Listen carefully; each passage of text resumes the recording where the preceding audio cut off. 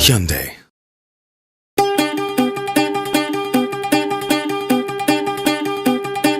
Bună seara la obloane, la boiești, la coane. Bună seara la ferestri, la boiești și la neveste. Ia poftiți de vă treziți, dar să nu vă bănuiți. Ia poftiți de vă sculați, dar să nu vă supărați. Că așa da Domnul odată n-am să umblăm pe la casă să urăm. Și la stânga zurgălăi și la dreapta clopoței. Nu furați găina, băi! Anul nou și bobotează și apoi vin câșlejile, să mărită fetele. Bucură-te, jupuneasă, că ți-a dat fata din casă. Ușile s-o rodihni, n-avea cine le izbi. Și la stânga zurgălăi și la dreapta clopoței. Roată, băi!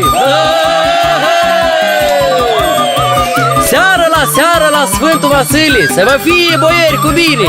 Într-această casă luminoasă este o doamnă frumoasă, mulți feciori având crescând, numai unul Vasile, filosof de pe lume.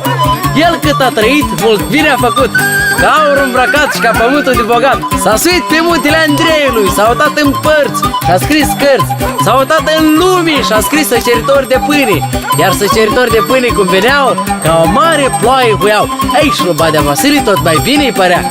Și la stânga zurgălăi și la dreapta clopoței. Roată, băi!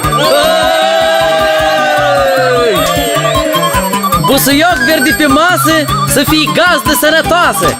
Noi mai stăm în casa voastră, unde e gospodin aleasă și un gospodar frumos, mândru și arătos. Plug bătrân cu 4 boi, încă o dată, băi, feciori! Opriți plugul, băi!